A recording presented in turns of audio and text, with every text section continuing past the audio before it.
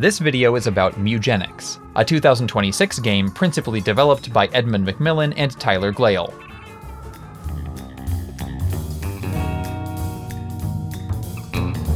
Tasty legs and crispy thighs on my mind. Tactics games, the subgenre of turn-based strategy games in which you move a team of units around a, usually grid-based, battlefield, have captured a lot of my time and attention over the past decade.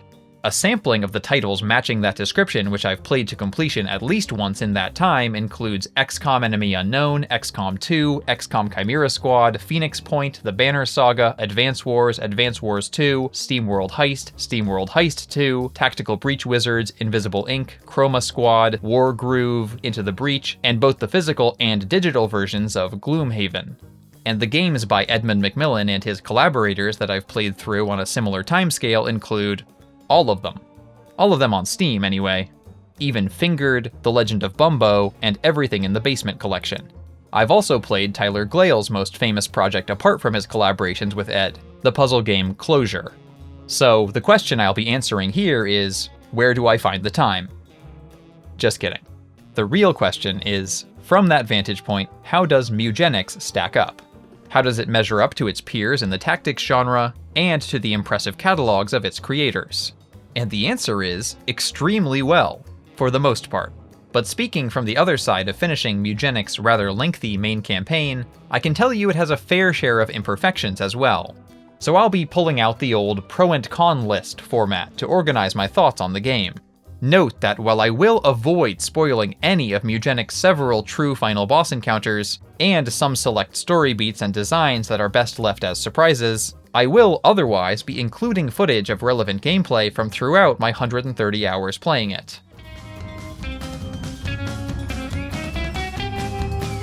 You run, but in your heart you know it's destiny. I'll win.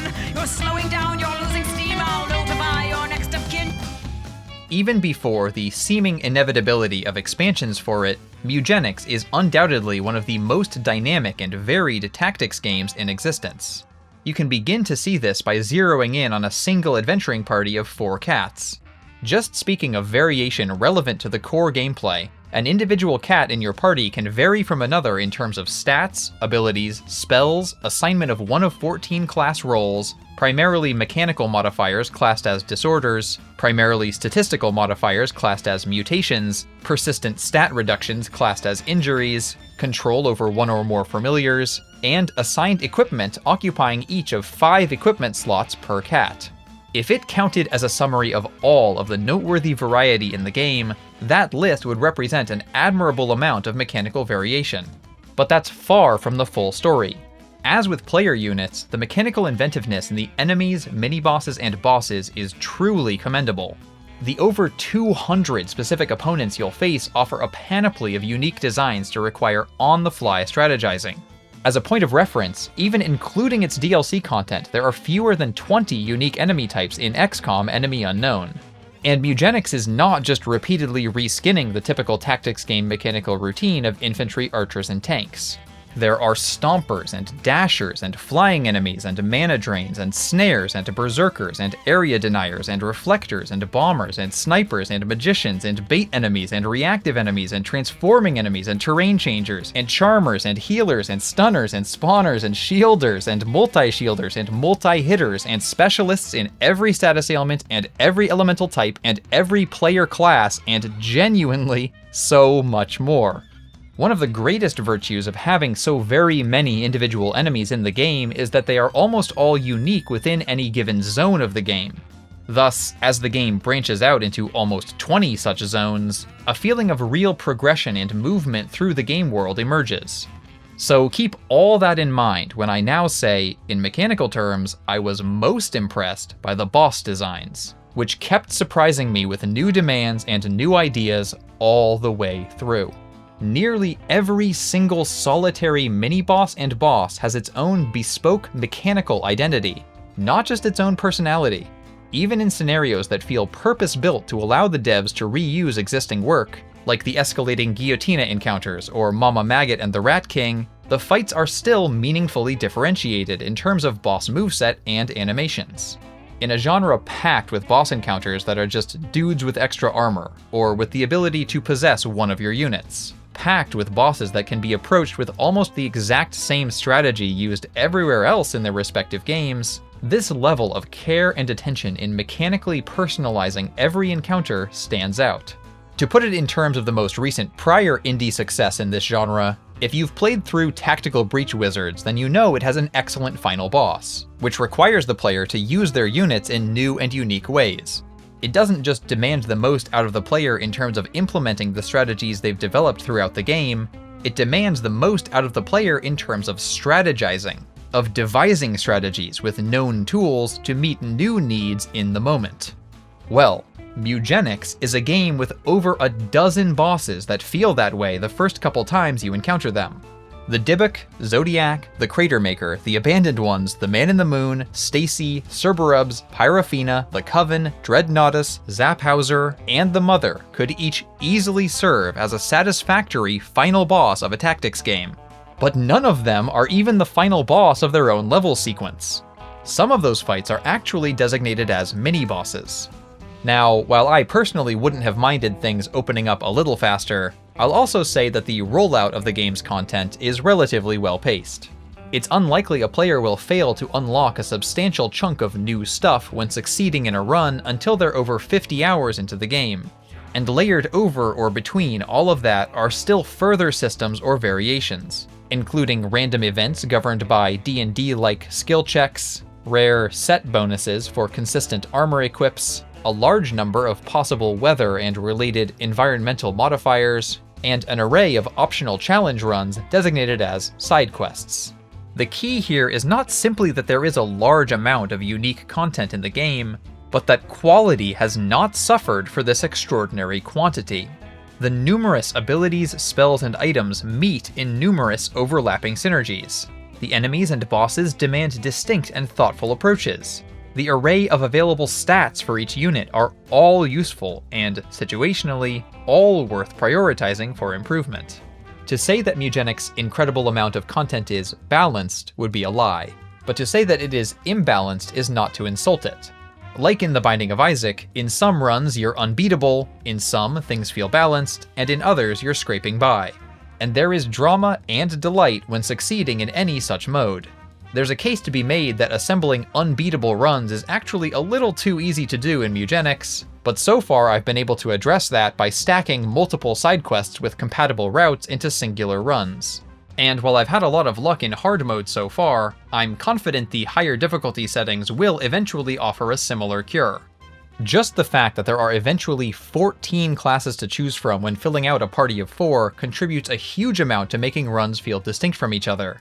And while some classes tend to be weaker or more situational, like the Psychic and Tinkerer, and others tend to be stronger or more versatile, like the Butcher and Hunter, I believe I've had insurmountable and puny cats occupying each and every class in the game.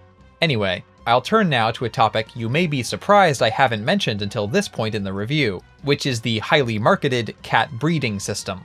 Like an XCOM game, Mewgenics is divided between a tactical layer and a management layer. But in addition to XCOM-like management of inventories and base upgrades, Mewgenics has, in place of simple troop recruitment, the adoption and breeding of generations of animal sims. This is why I had to clarify at the start of this section that I was only listing tactical variation between cats there, because each cat is further differentiated in ways that either pertain exclusively to the management layer of the game or are purely cosmetic. They have different fur colors and patterns, different available shapes for each non-mutant body segment, different names, different vocal performers, different libidos, different temperaments, different levels of genetic diversity, can acquire attachment or distaste for particular peers, are assigned one of 3 biological sex classifications, are assigned one of 3 sexual orientations, and age at a rate of 1 year per in-game day from kitten to adult to elder to, if not otherwise destined, death by natural causes. The goal of this aspect of the game is, as its provocative title implies, to cultivate cats with high base stats and favorable mutations. But for a variety of reasons, from the ethical to the aesthetic to the mechanical, the developers wisely decided not to give the player the ability to actively enforce interaction between specific feline pairs.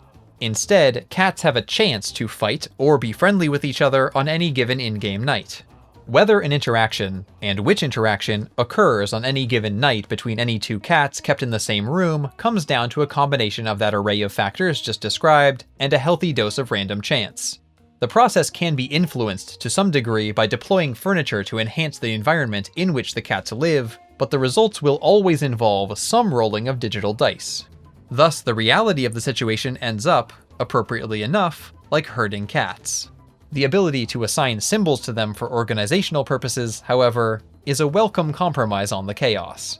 And you can't just sit in the house and keep rolling forever until the cats come out right, as they require food to survive, and most player households will consume food faster than the local market can replenish it, similar to needing raw materials and money from missions in XCOM in order to make progress with mechanics in the base. I feel the food system and the relative randomization of the breeding system work well in tandem to force the player to, at least occasionally, go adventuring with less than ideal or unfavorably mutated cats. It seemed like a shallow and highly random system at first glance, and does still pale in comparison to the depth of the tactics gameplay, but with the added tools and info from Tink, you gain enough influence over the process to access cats with max base stats, all 7s, before the end of the main campaign. And as for those that don't suit the needs of the campaign, townsfolk are generally happy to take them off your hands in return for rewards. Now, on the subject of those townsfolk, I should address one common point of criticism that I don't think is entirely merited. I see little wrong with the quantity of cats various NPCs demand in return for upgrades. Many have balked at the numbers and called it grindy. I think the problem may be Frank setting the wrong expectations, since players see his request for 25 veterans so early on. But Frank should be the lowest priority for receiving cats. Acquiring additional rooms beyond the starting room and the attic has a low tactical utility compared to the rewards from every other townsperson. People prioritizing cats to Frank and becoming upset at the grind are doing the strategic equivalent of a chef looking at an empty dumpster behind their restaurant and saying, "Look at the size of this thing. I better get to work cooking so I can fill it up fast." But you may recall when I started discussing this that I said it was criticism that wasn't entirely merited. That implies it is still merited. And that's true, but not because of anything a player would encounter in their first 100 hours or so. It's true because the final upgrade from Frank and the last couple upgrades from Butch and the Mystery Man are actually pretty unreasonable. They wouldn't be fulfilled in the normal course of playing through to the conclusion of the story, except perhaps by players immediately opting into the higher difficulty settings. It's possible DLC campaign content could bring the ratios into balance, but I doubt a DLC would launch for Mewgenics with only expansions to the tactics half of the game, so things would likely remain disproportionate. Anyway, stepping back from such details, mechanically speaking, the game is a triumph. Apart from the bigger issues I'll be covering now.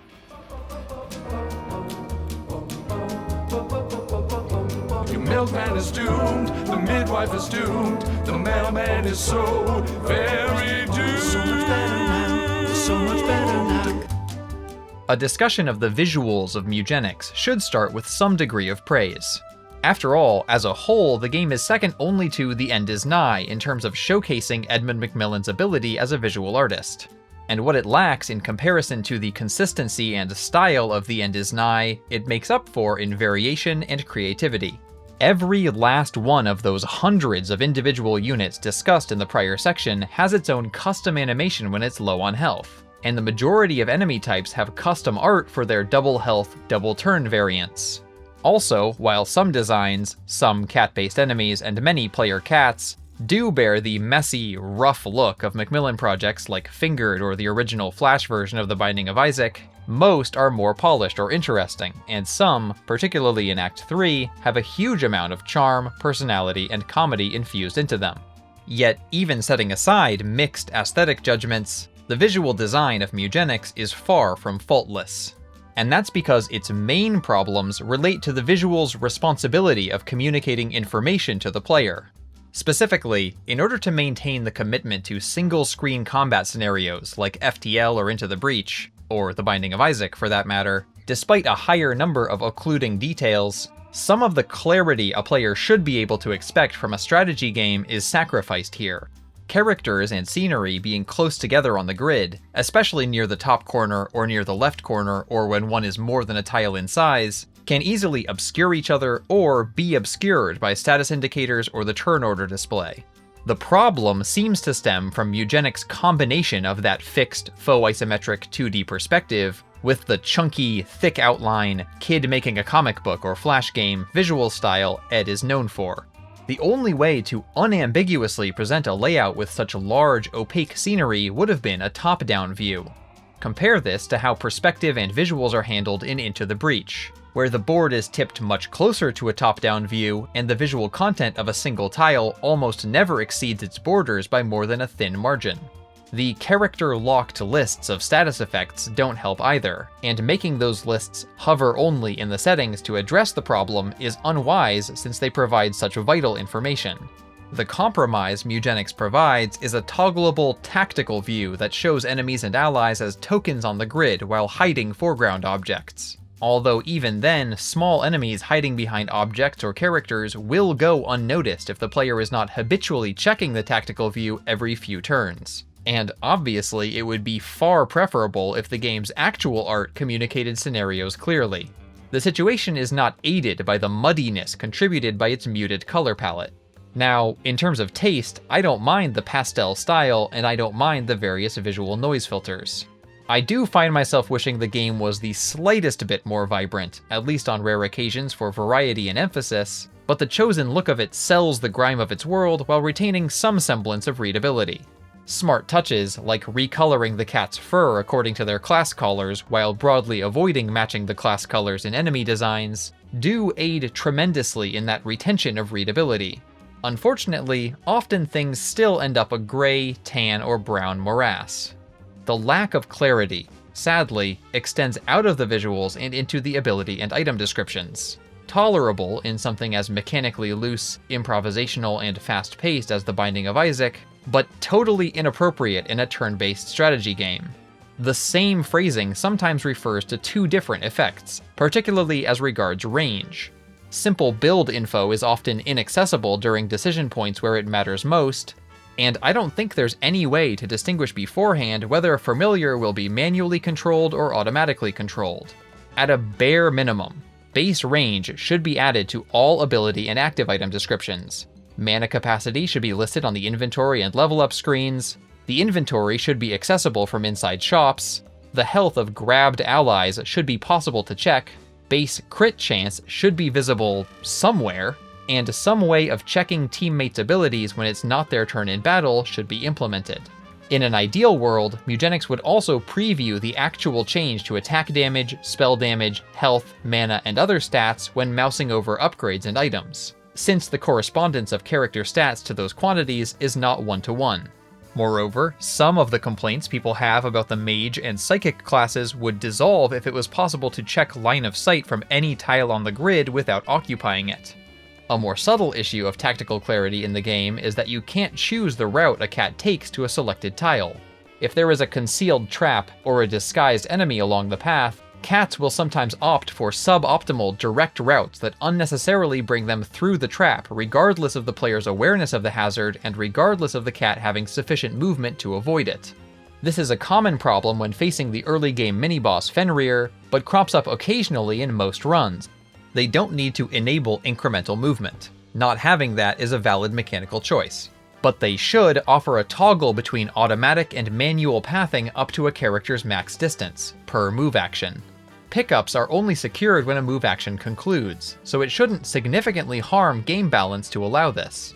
Anyway, all of Mewgenics' deficits of clarity or control make it particularly jarring that the game offers no single-step undo, even for simple movement actions. For a roguelike strategy game with such long runs and such messy visuals to both fail to offer any kind of protection against simple misclicks, and offer punishments to players for resetting combat encounters, is a recipe for unnecessary frustration. To be clear, I'm not saying these issues frustrate me personally. For reference, I found the game to start off so easy that I didn't lose a run until about 25 hours in. To this day, I have no idea what the consequences of losing a home defense mission are, as I've never lost one.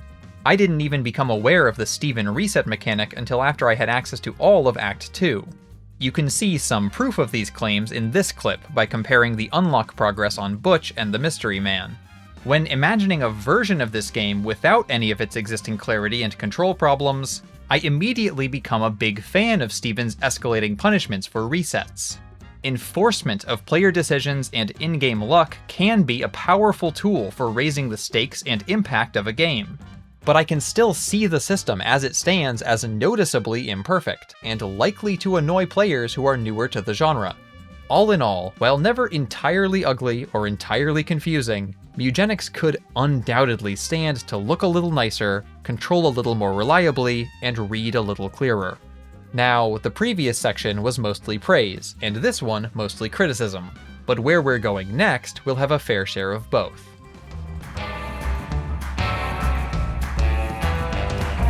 Come on, give me a leg up and the right to bear arms.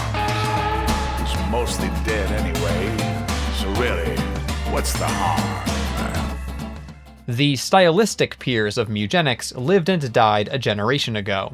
Invader Zim and Happy Tree Friends and Banana Phone and Magical Trevor and Making Fiends and, ironically, the decline of video gaming are all long gone.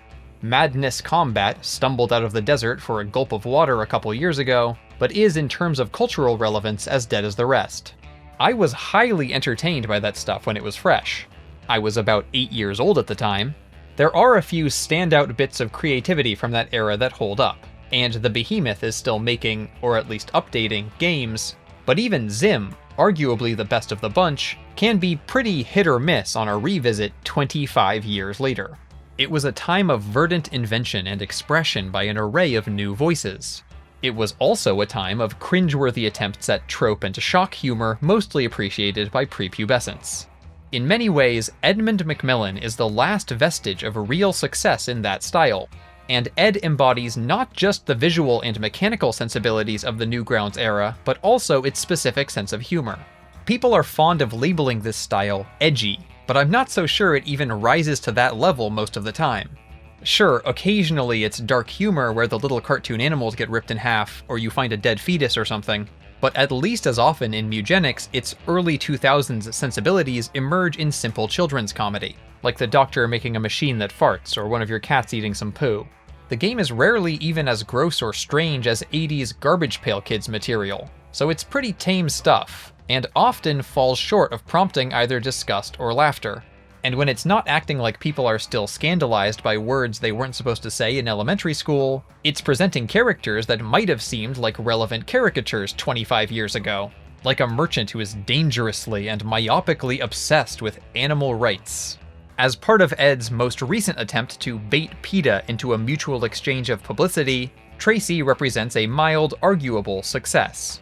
As part of Ed's most recent attempt to include engaging satire in his creative work, Tracy represents an out-of-touch, one-note political cartoon. A similarly one-note figure that frequently tries and seldom succeeds to make me laugh is Dr. Beanies himself, who feels like he is constantly on the verge of saying something funny or interesting. Nowhere is this missed opportunity more palpable than in his introductions of the side quest objects. Most of them make the same joke, that Beanies would find it humorous and nominally scientific for you to adventure with the item. The repetitious style of these item intros is not aided by the fact that the dialogues repeat without variation for any given quest, that they share an opening line across all quests, and that side quests are offered at random. The greatest benefit I got from finishing the last side quest was no longer having to spin the doctor's roulette of bland stand-up routines. There's also a dude who unlocks analytics and stats for the cat breeding, among other stuff, where the whole joke is that he's very effeminate. That's it. I guess it's technically ambiguous whether the wife he constantly mentions is real, but I don't think it really matters. Either way, the joke is the same. His name is Tink, and he wears an all-pink outfit, and he's vain and gossipy, and adopts legions of kittens to raise in place of children. I think the idea was for him to be in juxtaposition with Butch, who wears only black, has the same hair and mustache, and hints that the two are brothers, to make some kind of point about nature versus nurture. But Butch's lines aren't generally about his being masculine. They're mostly split between fairly grounded explanations of game mechanics, and jokes about failed schemes to impel gangs of cats to commit crimes, which all brings him into a much closer comparison to the player character than to his sibling. In Tink's case, Tink's own personality is generally the punchline. They're not all this bad. A couple characters actually feel new and unique and creative. I do like the furniture merchant, Baby Jack, for example. He's a kid selling the collapsed pile of furniture which has buried his grandmother, and he believes so strongly in the sentiment that what does not kill you makes you stronger that he's intentionally injuring himself in order to power up. Frank is alright too. He makes it clear fairly early on that he's a corpse assembled back into a person by the sentient filth in the sewer. That's original stuff.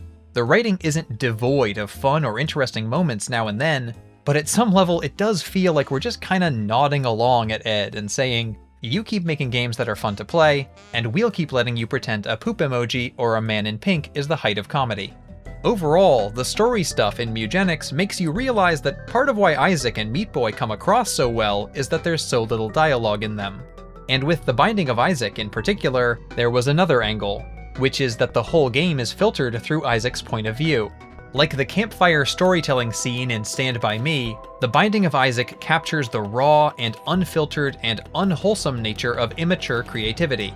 It's about an especially bad outcome of neglect and religious repression, by a parent who fails to understand how young artists explore taboos and mature as they age. Of course it's juvenile and disturbing. It's a corrupted, hypoxic nightmare in the dying mind of an abused 5-year-old. But Mewgenics offers a far thinner and less interesting thematic layer to justify its preteen style. The best we've got here is that Boone County might be the way it is because Dr. Beanies treats people the same way he treats cats. Along those lines, taking care here to skirt around Act 3 spoilers, I'll say the team was at least shrewd enough to directly confront the elephant in the room, namely eugenics, by explicitly tying the notion of genetic purity to the notions of exploitative, mutation-prone inbreeding and dehumanizing societal stagnation. Still, it must be said that most of the writing in Mewgenics seems a lot less interested in that stuff than in telling easy trope jokes with its characters. Isaac and Ether and even The End Is Nigh prove Ed is capable of telling better stories in his games than what we're getting here. And the folks I've seen praising the game for promoting care for specific mutant cats are out of their minds. It absolutely does not do that. It's fine that it doesn't do that, but there's no sense pretending that it does. It prevents you from naming the cats, sharply restricts the utility of cats who have survived an adventure, and massively incentivizes the aggressive disposal of subpar combatants to any of the town's locals, or, failing that, a trash can. Ed and Tyler have done a surprisingly good job of presenting various disorders and diseases as mechanically complex, offering differences that may be benefits or detriments depending on how the player interacts with them. But the same cannot be said about their presentation of cosmetic mutations, many of which offer flat mods to stats. Having floppy ears simply subtracts 2 from intelligence. Having a cleft lip simply subtracts 2 from charisma. These aren't interesting choices, and don't follow logically. I see no reason for a drooping ear to always have a negative impact on intelligence, and have no trouble imagining a cat with a cleft lip that is more charismatic than one without. Having such modifiers randomly select among an intentional range of values would have served the game better in this regard. Now, although I am underwhelmed by Mewgenics' sense of humor and story, I should be clear that this doesn't mean I am opposed to its sense of style. I am not troubled by the fact that Edmund Macmillan has a well above average level of interest in tumors and piss. There are far more games, more worthy of derision, that feel like they have no personality whatsoever, than games with a highly distinct personality that simply doesn't always land. I just wish, when it came time for that style to be shaped into narrative and comedy, that the former would make me think or feel, and the latter would make me laugh. And as proof that those things are not mutually exclusive, I'll close this section by pointing out that all of Ridiculon and Friends' music for the game, together with the improv on Boone County's fictional radio station, mostly by Matthias Bossi, is hilarious and fantastic and even occasionally artistically complex. It noticeably enhances the gameplay and basically saves the vibe of the management part of the game. The music is generally no less scatological or puerile than the rest of the game, but it has a layer of cleverness that the rest of the writing lacks. The lyrics are packed with puns and creative turns of phrase and unexpected rhymes. Three little turds perched by your doorstep. And my advice would be that you don't take one more step. Watch out! Just before you got here, well, everything was the same. You're just another number, and number 2 is your name. Bossy and Evans and their collaborators were able to push through the Valley of Bad Taste into the vaunted realm of camp. The boss tracks sound like someone gleefully dipped some vocal jazz, show tunes, and other mid-century Americana into a vat of nuclear waste. It's got the genre versatility, quirkiness, and lyrical creativity of a band like Ween or They Might Be Giants. Standout songs include the themes for Guillotina, Boris, the Desert Bosses, the Lab Bosses, and a couple of the true final bosses. And speaking as someone with a wonderful mother whom I love, I still have to call out the radio station variant of King Bunga's theme, Mom, I Really Hate You, as a terrific piece of bluesy alt-pop, which would not feel entirely out of place on an album by Mother Mother, The Orion Experience, or Girl in Red. Stop it, stop it. Stop it, we're plugging our ears from the sound of your tears. You deserve to end your days alone in fear.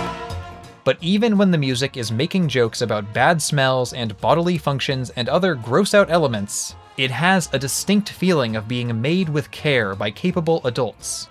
Wish I could say the same about the NPCs or most of the random in-game events. Gave up my hygiene, 'cause what's the point? No one to smell me but me. I rub my fur down with mackerel, drowns out the smell of the meat. In The Legend of Bumbo, winning with certain characters and hoarding coins with them for unlocks and achievements sometimes meant exploiting feedback loops to stall out nearly won encounters to build up resources. Breaking the game, which is what folks call it when finding a stat increasing and/or item generating recursion in a game like The Binding of Isaac, was a common approach in Bumbo, as was breaking the game, which is what folks call it when a game crashes or its unlocks don't work. Anyway, the reason I bring it up is just to highlight that the last time Edmund McMillan designed a strategy roguelike, its mechanics almost worked properly, from both a technical and a theoretical standpoint. I found it a reasonably fun experience, but the mechanics of The Legend of Bumbo were frequently operating within narrow limits, outside of which success could be precluded by randomness or guaranteed by tedium. Whatever lessons needed learning there, however, were manifestly learned, given the state of the strategy gameplay in Mewgenics. Or maybe it's Glail's design work that we should be praising here. Either way, Mewgenics manages to avoid feeling hampered or narrow in that way, despite the fact that it incorporates far more randomization than Bumbo. And it manages that feat because where Bumbo's randomness sits like an unavoidable stone slab in its central tile-arranging gameplay, Mewgenics instead disintegrates the stone into dust and sprinkles tiny pieces of randomness like seasoning over the experience. Moment to moment, the player feels mostly in control of the concert of chaos, conducting many small decisions per minute and then coping with the consequences. And not only does it not rely on breaking the game through tedium, it strongly curtails doing so, by making it inconvenient to focus on perfecting cats at home to the exclusion of adventuring, by punishing players for attempting to continually reset encounters, and by implementing a soft cap on total rounds via the exhaustion system, which begins unavoidably siphoning health and mana after reaching the 10th round of most fights. For reference, Mewgenics has not climbed to the apex of the tactics genre in my mind. It can't beat XCOM and Fire Emblem in terms of emotional investment in player characters, which XCOM achieves through the ability to name and customize units, Fire Emblem achieves through the backstories and personalities crafted for each unit, and both achieve through being designed around taking units on as many missions as they can survive.